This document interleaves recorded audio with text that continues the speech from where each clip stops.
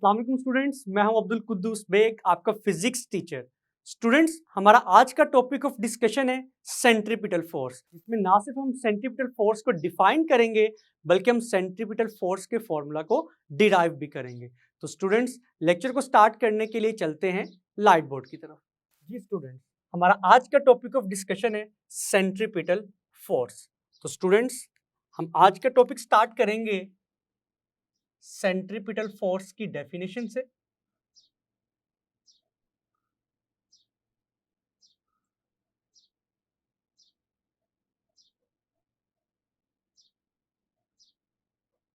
Dear students, centripetal force को define करने से पहले हम फोर्स की डेफिनेशन को डिस्कस करते हैं। तो स्टूडेंट्स, जैसा कि आपको मालूम है, फोर्स की डेफिनेशन क्या है? अ फोर्स मूव्स और tends to move an object means that force या तो रुके हुए ऑब्जेक्ट को मूव करवाती है या करवाने की कोशिश करती है, या चलते हुए ऑब्जेक्ट को रोकती है या रोकने की कोशिश करती है। और फोर्स का एक और काम भी है कि फोर्स किसी भी मूविंग ऑब्जेक्ट की मोशन की डायरेक्शन भी चेंज करती है। तो स्टूडेंट्स, सेंट्रीपिटल फोर्स भी क्या करती है? सेंट्रीपिटल फोर्स एक ऐसी फोर्स है जो किसी भी पॉइंट पर ऑब्जेक्ट की मोशन की डायरेक्शन को चेंज करती है। तो स्टूडेंट्स, फॉर एग्जांपल मेरे पास एक स्ट्रिंग है, उसके एक एंड पर मैंने एक मैस को अटैच किया और उसको हॉरिजॉन्टल या वर्टिकल सर्कल में मैं मूव करवाता हूं। तो स्टूडेंट्स, आप देखेंगे कि जैसे ही वो स्टोन उस सर्कल में मूव करेगा, तो सर्कल में मूव करने से उस ऑब्जेक्ट की जो डायरेक्शन ऑफ मोशन है वो हर पॉइंट पर चेंज होगी। तो स्टूडेंट्स, किसी भी ऑब्जेक्ट को सर्कुलर पाथ में मूव करवाने के लिए एक ऐसी फोर्स की जरूरत होती है जो उस मोशन की डायरेक्शन को हर पॉइंट पर चेंज करे। तो स्टूडेंट्स, ऐसी फोर्स को हम क्या कहते हैं? सेंट्रीपिटल फोर्स कहते हैं। ग्रेड 9 में आपने सेंट्रीपिटल फोर्स की डेफिनेशन पढ़ी थी, which states that the force which is required to move an object into a circular path। लेकिन स्टूडेंट्स, यहां पर हम सेंट्रीपिटल फोर्स की डेफिनेशन करेंगे, the force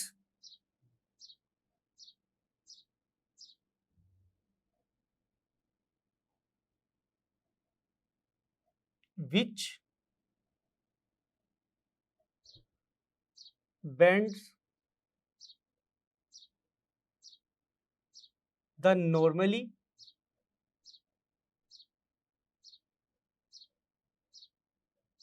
straight path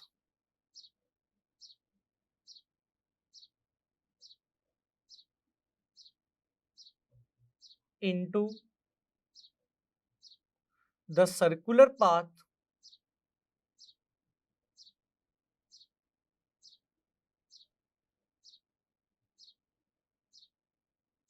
is called centripetal force।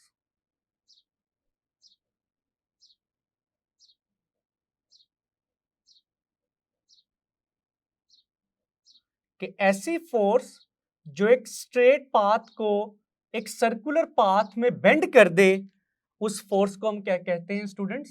Centripetal force.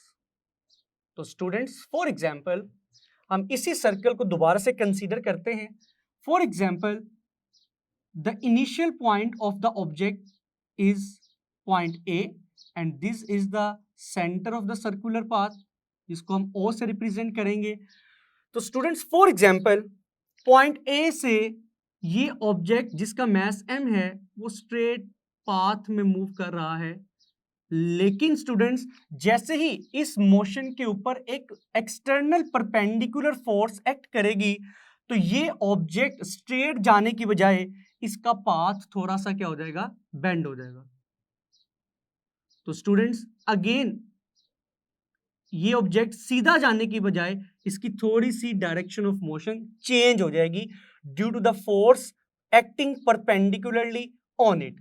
Now students, अगर हम इस point को पॉइंट बी से रिप्रेजेंट करें, अगेन पॉइंट बी पर ऑब्जेक्ट के ऊपर एक परपेंडिकुलर फोर्स एक्ट करती है और ऑब्जेक्ट स्ट्रेट इस डायरेक्शन में जाने की बजाय उसका पाथ थोड़ा सा क्या हो जाएगा? बेंड हो जाएगा।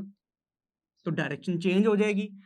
अगर हम इस पॉइंट को C से रिप्रेजेंट करें तो स्टूडेंट अगेन अगर इस पॉइंट पर ऑब्जेक्ट के ऊपर परपेंडिकुलर फोर्स एक्ट करती है तो ऑब्जेक्ट सीधा जाने की बजाय उसका पाथ फिर क्या हो जाएगा, बेंड हो जाएगा, और इस पॉइंट को हम पॉइंट D से रिप्रेजेंट कर सकते हैं। तो स्टूडेंट सिमिलरली अगर बाकी पॉइंट्स के ऊपर भी ऑब्जेक्ट के ऊपर एक परपेंडिकुलर फोर्स एक्ट करे तो हर पॉइंट पर ऑब्जेक्ट की डायरेक्शन ऑफ मोशन क्या होगी, चेंज। तो ऑब्जेक्ट अल्टीमेटली एक सर्कुलर पाथ में मूव करना स्टार्ट कर देगा। तो स्टूडेंट्स यहां से आपने एक बात याद रखनी है कि जब भी ऑब्जेक्ट एक सर्कुलर पाथ में मूव करता है तो उसकी हर पॉइंट पर डायरेक्शन चेंज हो जाती है। लेकिन स्टूडेंट्स अगर मैं ये कहूं कि object is moving with constant speed तो स्टूडेंट्स क्या ऑब्जेक्ट की वेलोसिटी में चेंज आएगा या नहीं आएगा? तो स्टूडेंट्स जैसा कि आपको मालूम है कि velocity is a vector quantity, velocity के अंदर मैग्नीट्यूड भी होगा और उसकी डायरेक्शन भी होगी। तो स्टूडेंट्स वेलोसिटी का जो मैग्नीट्यूड है हम उसको रिप्रेजेंट कर सकते हैं with the help of speed. Velocity का मैग्नीट्यूड किसको रिप्रेजेंट करता है, ऑब्जेक्ट की स्पीड को रिप्रेजेंट करता है। तो अगर इस सर्कुलर पाथ में ऑब्जेक्ट मूव कर रहा है with constant speed it means that कि वेलोसिटी का मैग्नीट्यूड चेंज नहीं हो रहा है, लेकिन सर्कल में मूव करने की वजह से उसकी हर पॉइंट पर डायरेक्शन की वैल्यू क्या हो रही है, चेंज, जिसकी वजह से हम कह सकते हैं कि ऑब्जेक्ट की वेलोसिटी में चेंज आ रहा है। तो स्टूडेंट्स यहां तक हमने सेंट्रीपिटल फोर्स की डेफिनेशन को डिस्कस किया और देखा किस तरह से सेंट्रीपिटल फोर्स ऑब्जेक्ट की डायरेक्शन ऑफ मोशन चेंज करती है ताकि अल्टीमेटली ऑब्जेक्ट सर्कुलर पाथ में मूव कर सके। नाउ स्टूडेंट्स हमारी नेक्स्ट हेडिंग होगी सिंबल की, कि सेंट्रीपिटल फोर्स को हम किस तरह से रिप्रेजेंट करते हैं। तो स्टूडेंट्स फोर्स का सिंबल हम यूज करते हैं F, लेकिन सेंट्रीपिटल फोर्स के लिए हम एक सबस्क्रिप्ट यूज करेंगे C। तो सेंट्रीपिटल फोर्स का सिंबल है students FC।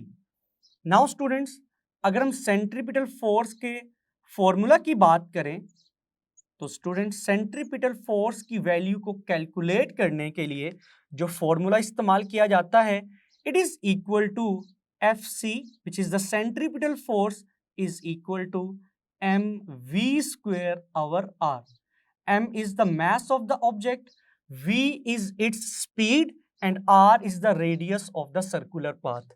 Now students formula के बाद अगर हम यूनिट की बात करें या डायमेंशन की बात करें तो स्टूडेंट्स जैसा कि आपको मालूम है फोर्स का SI यूनिट है newton which is represented by the capital letter N।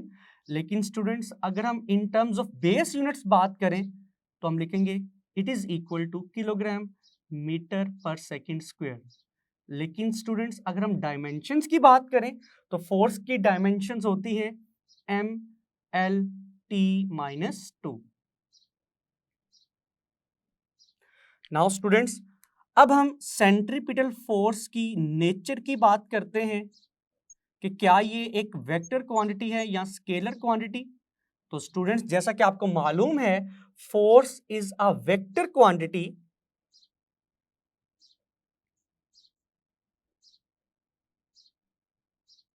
तो स्टूडेंट्स अगर सेंट्रीपिटल फोर्स एक वेक्टर क्वांटिटी है तो इसकी कुछ ना कुछ डायरेक्शन भी होगी। तो स्टूडेंट्स याद रखिएगा इट इज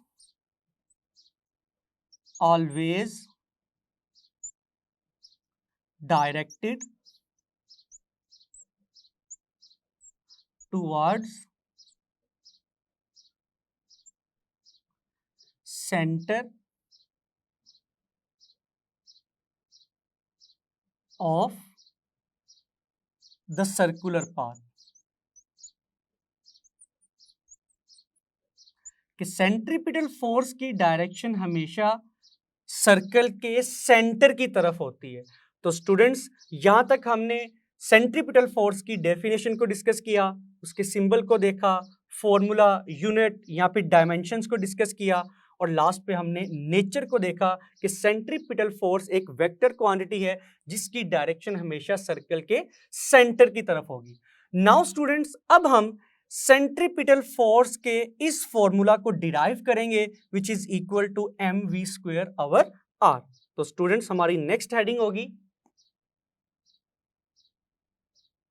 एक्सप्लेनेशन की या फिर डेरिवेशन की, जिसमें हम सेंट्रीपिटल फोर्स के इस फॉर्मूला को डिराइव करेंगे। तो students, late consider an object of mass m which is moving in this circular path of radius r. For example students, circle का सेंटर है O, initially object point A पर मौजूद है। तो स्टूडेंट, सर्कल के centre से point A तक का डिस्टेंस किसके इक्वल होगा? It is equal to the radius r।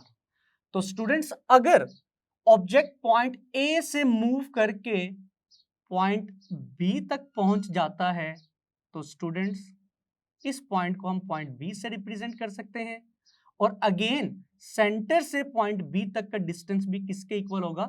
Radius r के इक्वल होगा। नाउ स्टूडेंट्स, फॉर एग्जांपल, अगर मेरे पास एक स्टोन है और एक स्ट्रिंग है, स्टोन को स्ट्रिंग के साथ बांधकर, जिस तरह हमने यहाँ पर एग्जांपल में डिस्कस किया था, उसको मैं वर्टिकल या हॉरिजॉन्टल सर्कल में मूव करवाता हूं। अगर किसी भी पॉइंट पर वो डोरी टूट जाती है तो वो पत्थर, स्टोन किस डायरेक्शन में मूव करेगा? तो स्टूडेंट्स, वो स्टोन मूव करेगा इन द डायरेक्शन ऑफ टेंजेंट। तो टेंजेंट क्या होता है स्टूडेंट्स? टेंजेंट एक ऐसी लाइन होती है जो किसी भी कर्व को एक पॉइंट पर टच करती है। तो स्टूडेंट्स, पॉइंट ए पर ऑब्जेक्ट की जो लीनियर वेलोसिटी है, it is represented by the tangential velocity. तो स्टूडेंट्स, पॉइंट ए पर ऑब्जेक्ट की लीनियर वेलोसिटी की डायरेक्शन क्या होगी? Along the tangent, which is represented bye v1। Similarly students, अगर मैं पॉइंट बी की बात करूं, तो पॉइंट बी पर ऑब्जेक्ट की लीनियर वेलोसिटी होगी v2 and it is also in the direction of tangent at this point. Now students, हम सेंट्रल एंगल को एंगल थीटा से रिप्रेजेंट कर सकते हैं। तो स्टूडेंट्स, एक्सप्लेनेशन में हम सबसे पहले इस डायग्राम को एक्सप्लेन करेंगे कि किस तरह से हमने एक ऑब्जेक्ट को कंसीडर किया जिसका मास m है, and that object is moving in a circular path of radius r। Point A पर ऑब्जेक्ट की लीनियर वेलोसिटी को हमने रिप्रेजेंट किया है v1 और उसकी डायरेक्शन है along the tangent. Point B पर ऑब्जेक्ट की लीनियर वेलोसिटी को हमने रिप्रेजेंट किया v2 के साथ, and it is also in the direction of tangent. तो स्टूडेंट्स, यहां पे हम अज्यूम करेंगे the object is moving with constant speed. तो स्पीड तो कांस्टेंट है, लेकिन डायरेक्शन चेंज होने की वजह से ऑब्जेक्ट की वेलोसिटी में चेंज आएगा। तो due to the change in velocity हम लिख सकते हैं कि ऑब्जेक्ट के अंदर एक्सेलरेशन प्रोड्यूस होगा which is equal to the rate of change of velocity. और स्टूडेंट्स, इस इक्वेशन को हम इक्वेशन नंबर 1 से रिप्रेजेंट करेंगे। And students, this acceleration is the centripetal acceleration. Now students, अब हम क्या करेंगे? अब हम एक नेक्स्ट एक फॉर्मूला यूज करेंगे। Now as we know that distance is equal to v multiply by delta T. Distance किसके इक्वल होगा? The product of speed multiply by time. तो स्टूडेंट्स, ऑब्जेक्ट पॉइंट ए से पॉइंट बी तक move कर रहा है, उसको कुछ ना कुछ टाइम रिक्वायर्ड होगा जो कि किसके इक्वल है? डेल्टा टी के इक्वल। लेकिन स्टूडेंट्स, पॉइंट ए से पॉइंट बी तक ऑब्जेक्ट ने कितना डिस्टेंस कवर किया है? It is equal to the distance s। तो स्टूडेंट्स, यहां पर डिस्टेंस किसके इक्वल है? Speed multiply by delta T time. तो यहां से हम स्टूडेंट्स डेल्टा टी की वैल्यू को कैलकुलेट करने के बाद डेल्टा टी की वैल्यू को इक्वेशन नंबर 1 में पुट करेंगे तो स्टूडेंट्स डेल्टा टी किसके इक्वल है, distance divided by speed. Now हम क्या लिखेंगे, put this value in equation 1। तो स्टूडेंट्स इक्वेशन 1 किसके इक्वल है, A C is equal to delta V, but delta T की जगह हम उसकी वैल्यू पुट करेंगे which is equal to distance divided by speed. Now students जैसा कि आपको मालूम है डिवाइड में थर्ड वैल्यू फर्स्ट वैल्यू से मल्टीप्लाई होगी, तो हम लिखेंगे students v multiply by delta V over S. Now students इस इक्वेशन को हम इक्वेशन नंबर 2 से रिप्रेजेंट करेंगे। नाउ स्टूडेंट्स हम लिखेंगे let consider a triangle OAB। जैसा कि आप डायग्राम में देख सकते हैं there is a triangle which is represented by OAB। तो स्टूडेंट्स आप इस ट्रायंगल को एनालाइज करें तो आप देखेंगे कि इस ट्रायंगल की 2 साइड्स इक्वल हैं। First one is OA which is equal to the radius of the circle and second one is OB which is also equal to the radius of the circle। तो students हम लिख सकते हैं in this triangle OAB the side OA and side OB both are equal to the radius of the circle which is represented by R। तो students ऐसी triangle जिसकी कोई सी 2 sides equal हो उस ट्राइंगल को हम क्या कहते हैं, isosceles triangle. It means that triangle OAB is an isosceles triangle.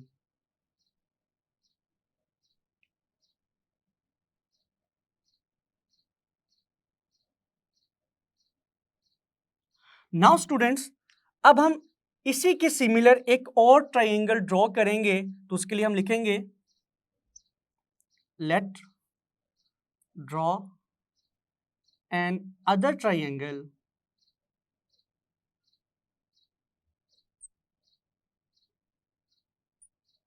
which is triangle PQR। लेकिन स्टूडेंट्स ये ट्राइंगल हम इस तरह से ड्रॉ करेंगे, फॉर एग्जाम्पल हमारा फर्स्ट टेंजेंट है V1, उसको हम मिलाएंगे सेकंड टेंजेंट V2 के साथ। तो स्टूडेंट्स अगर हम इन दोनों टेंजेंट्स को रीड्रॉ करें इन द सेम डायरेक्शन तो हम स्टूडेंट्स किस तरह से रिप्रेजेंट करेंगे, this is the direction of V1 students and students this is the direction of V2। तो स्टूडेंट्स अगर हम head to tail rule use करें तो स्टूडेंट्स अगर मैं V1 को V2 के साथ कंसाइड करूं और इसको मैं किससे रिप्रेजेंट करूंगा, डेल्टा V के साथ, दिस इज द रिजल्टेंट। इसको मैं किसके साथ रिप्रेजेंट करूंगा स्टूडेंट्स, डेल्टा V के साथ। अगर हम इस ट्राइंगल को लेबल करें तो स्टूडेंट्स हम रिप्रेजेंट करेंगे PQR। नाउ स्टूडेंट्स इस ट्राइंगल को हमने किस तरह से बनाया है आप बताएंगे, आप एक्सप्लेन करेंगे। This triangle is such that the side PQ is parallel and equal to V1 and students the side PR is equal and parallel to V2।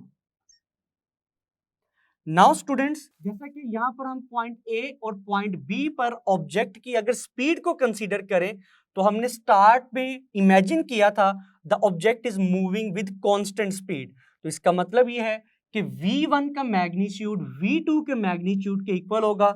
Now students हम लिखेंगे the magnitude of vector V1 is equal to the magnitude of vector V2 और इन दोनों के magnitudes को हम किससे represent करेंगे, V के साथ। And V is the speed of the object, जिस स्पीड से ऑब्जेक्ट इस सर्कुलर पाथ में मूव कर रहा है। नाउ स्टूडेंट्स अगर हम ट्राइंगल पी क्यू आर की बात करें तो स्टूडेंट्स आप एनालाइज करें तो आप देखेंगे द साइड पी क्यू किसके इक्वल है, V1 के इक्वल, और V1 का मैग्नीट्यूड किसके इक्वल है, V के इक्वल। तो अल्टीमेटली हम कह सकते हैं V1 वेक्टर का मैग्नीट्यूड किसके इक्वल है, V के इक्वल। नाउ स्टूडेंट्स अगर हम साइड पी आर की बात करें, जस्ट मैग्नीट्यूड को कंसीडर करें, तो स्टूडेंट्स V2 वेक्टर का मैग्नीट्यूड भी किसके इक्वल है, V के इक्वल। तो हम लिखेंगे students it is also equal to V। V1 का मैग्नीट्यूड और V2 का मैग्नीट्यूड दोनों किसके इक्वल हैं, V के इक्वल। तो स्टूडेंट्स क्या ये ट्राइंगल भी एक आइसोसेलेस ट्राइंगल नहीं बन जाएगी, क्योंकि इस ट्राइंगल की भी टू साइड्स इक्वल हैं। तो स्टूडेंट्स हम लिखेंगे thus triangle PQR is also an isosceles triangle. तो स्टूडेंट्स नतीजा ये निकला ट्राइंगल OAB भी एक आइसोसेलेस ट्राइंगल है और ट्राइंगल PQR भी एक आइसोसेलेस ट्राइंगल है। नाउ स्टूडेंट्स अब हम इन दोनों ट्राइंगल्स को फर्दर डिस्कस करेंगे, triangle OAB and students triangle PQR। Students यहां पर हम एक और चीज डिस्कस करेंगे। फॉर एग्जाम्पल स्टूडेंट्स अगर इस टेंजेंट को मैं टेंजेंट V2 के साथ कंसाइड करता हूं, तो स्टूडेंट्स यहां पर एक बहुत ही इंटरेस्टिंग फिनोमिना हम डिस्कस करने लगे हैं। स्टूडेंट्स अगर ऑब्जेक्ट पॉइंट A से सर्कल के सर्कमफेरेंस के ऊपर मूव करता हुआ पॉइंट B तक ऑब्जेक्ट पहुंचता है, तो स्टूडेंट्स A से B तक जाने में ऑब्जेक्ट ने जितना एंगुलर डिस्प्लेसमेंट कवर किया होगा इन टर्म्स ऑफ एंगल थीटा, तो स्टूडेंट्स वही एंगल कहां पर बनेगा, जब हम इन दोनों टेंजेंट्स को कंसाइड करेंगे। फॉर एग्जांपल स्टूडेंट्स अगर पॉइंट A से पॉइंट B तक जाते हुए ऑब्जेक्ट ने 30 डिग्री एंगल कवर किया है, तो स्टूडेंट्स जब हम इन दोनों टेंजेंट्स को मिलाएंगे, दोनों टेंजेंट्स को मिलाने से स्टूडेंट्स इन दोनों के दरमियान भी एंगल की वैल्यू कितनी होगी, it is equal to 30 degree. Just for example तो स्टूडेंट्स अगर A से B जाते हुए ऑब्जेक्ट ने 60 डिग्री का एंगल कवर किया होगा, तो स्टूडेंट्स अगर हम इन दोनों टेंजेंट्स को मिलाएंगे तो उस वक्त भी दोनों टेंजेंट्स के दरमियान एंगल कितना होगा, 60 डिग्री। लेकिन स्टूडेंट्स यहां पर हम कोई वैल्यू इमेजिन नहीं कर रहे, हम जस्ट कंसीडर कर रहे हैं कि A और B के दरमियान जो एंगल है it is represented by theta.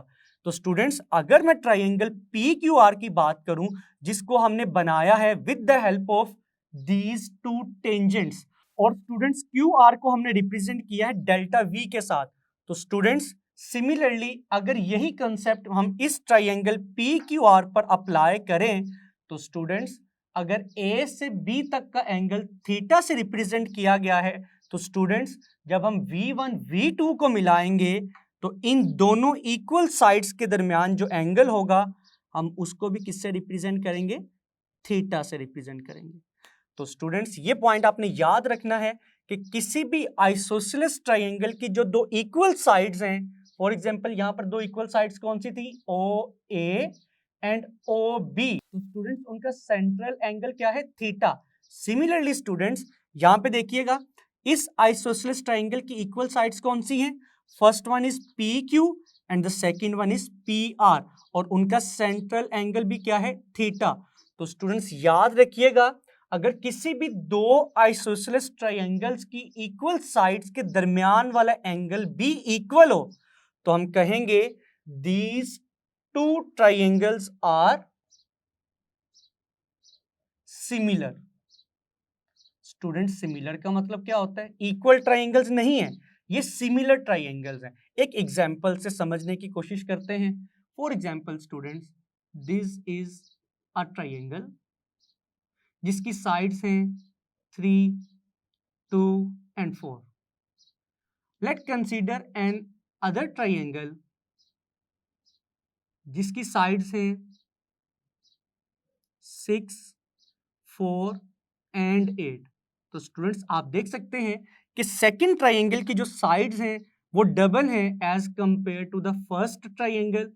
तो स्टूडेंट्स ये दोनों ट्राइंगल्स अगर सिमिलर हैं तो सिमिलर ट्राइंगल्स की किसी भी दो साइड्स की रेशियो किसके इक्वल होगी? इक्वल। तो स्टूडेंट्स अगर ये दोनों ट्राइंगल्स सिमिलर हो तो सिमिलर होने की वजह से इन दोनों ट्राइंगल्स की किसी भी दो साइड्स की रेशियो हमेशा इक्वल होगी। फॉर एग्जांपल अगर हम रेशियो कैलकुलेट करें फर्स्ट ट्राइंगल की इस साइड के साथ तो स्टूडेंट्स आंसर क्या आएगा? 3/2। और स्टूडेंट्स अगर हम सेकंड ट्राइंगल की भी इन्हीं दोनों साइड्स की रेशियो कैलकुलेट करें तो हम लिखेंगे 6/4। तो आफ्टर कटिंग स्टूडेंट्स आपका आंसर क्या आएगा? 2 3 द 6 एंड 2 2 द 4। तो स्टूडेंट्स आपने देखा कि अगर दो ट्राइंगल्स सिमिलर हो तो उनकी किसी भी दो साइड्स की रेशियो हमेशा इक्वल होती है। तो स्टूडेंट्स यहां पर हमने प्रूव किया है कि triangle OAB and triangle PQR are also similar. और ये सिमिलर क्यों है स्टूडेंट्स? क्योंकि students according to side angle side postulate कि इस ट्राइंगल की दो साइड्स इक्वल है, इस ट्राइंगल की भी दो साइड्स इक्वल है। ये बात तो कंफर्म है कि ट्राइंगल OAB भी एक आइसोसेलेस ट्राइंगल है और ट्राइंगल PQR भी एक आइसोसेलेस ट्राइंगल है।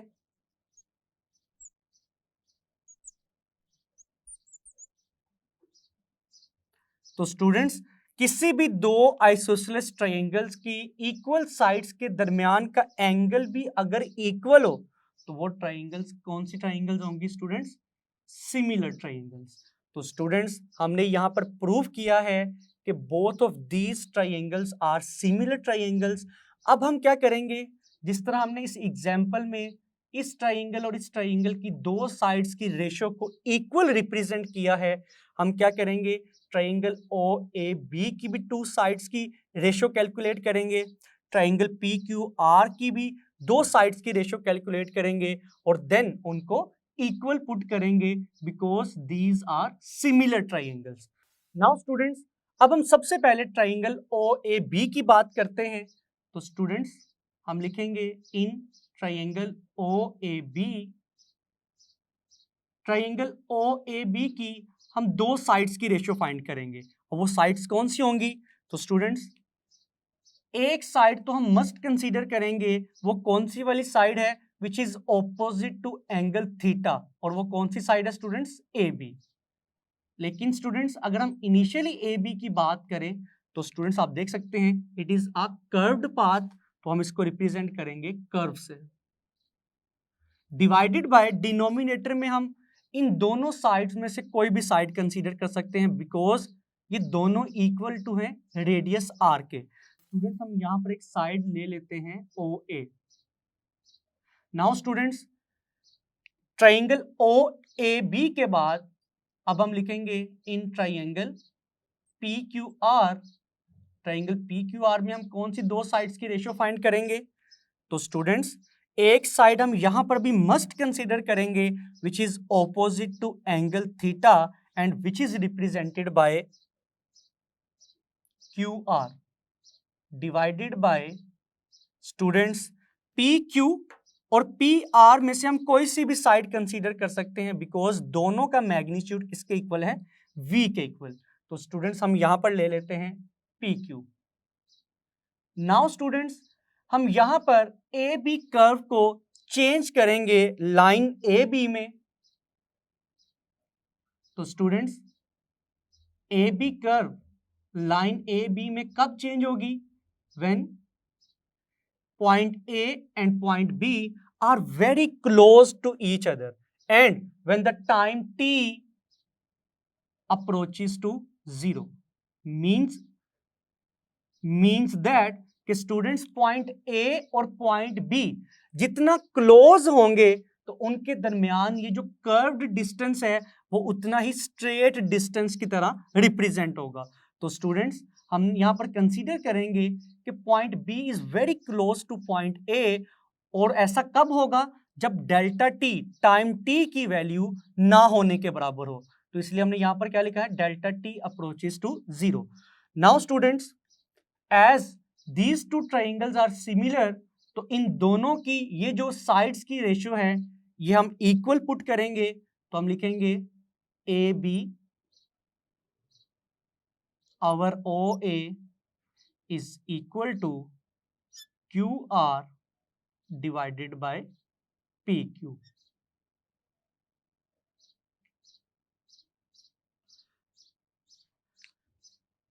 ऐसा हमने क्यों पुट किया है students, because triangle O A B and triangle PQR are similar।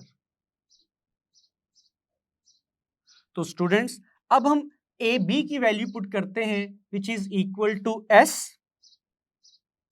And the value of O A is equal to R, the value of Q R is equal to delta we and students the value of P Q is equal to V, जो कि आप देख सकते हैं।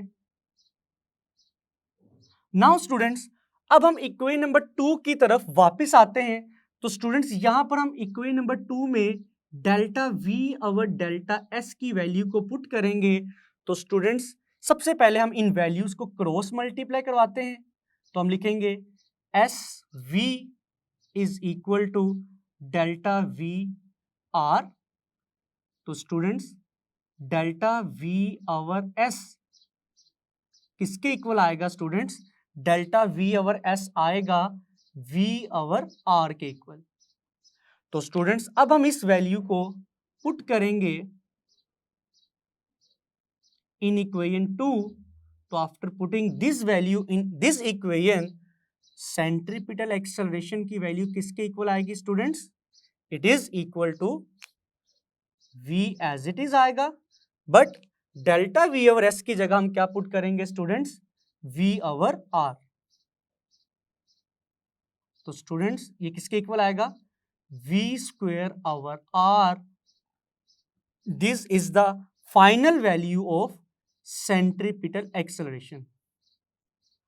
Students grade 9 में ये formula direct given था, लेकिन स्टूडेंट्स आज हमने इस फॉर्मूले को कैलकुलेट किया है with the help of this explanation. तो स्टूडेंट्स सेंट्रीपिटल एक्सेलरेशन किसके इक्वल है, v square over r।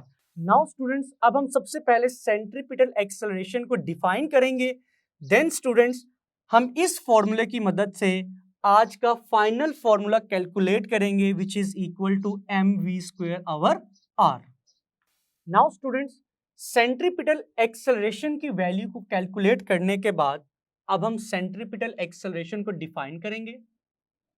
What is centripetal acceleration,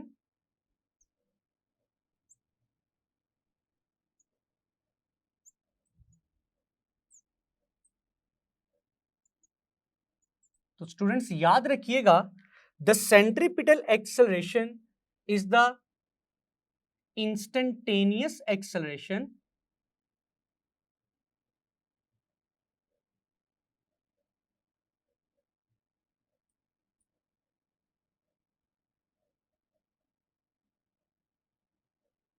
of an object moving with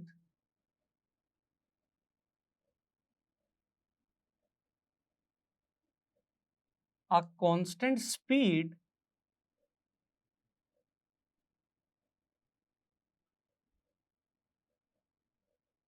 in a circle and it is directed towards the center of the circle।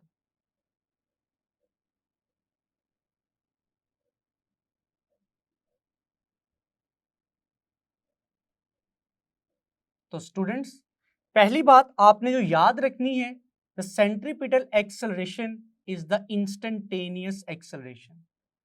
और students दूसरी बात आपने याद रखनी है, it is always directed towards the centre of the circular path. तो students अगर हम अगेन इस डायग्राम को कंसीडर करें तो स्टूडेंट्स इस डायग्राम में आप देखेंगे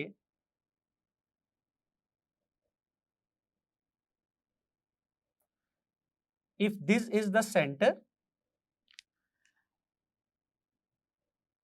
पॉइंट ए पर ऑब्जेक्ट की जो टेंजेंशियल वेलोसिटी है it is v1, it is point A, और पॉइंट बी पर जो टेंजेंशियल वेलोसिटी है इट इज v2,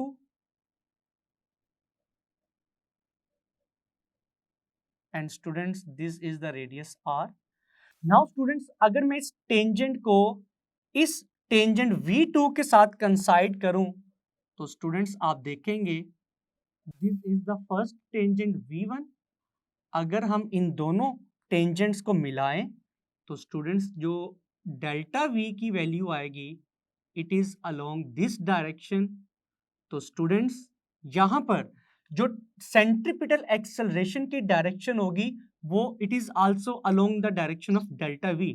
तो स्टूडेंट्स अगर मैं डेल्टा v को एक्सटेंड करूं तो आप देखेंगे कि ये डेल्टा v तो सर्कल के सेंटर में से पास नहीं कर रहा।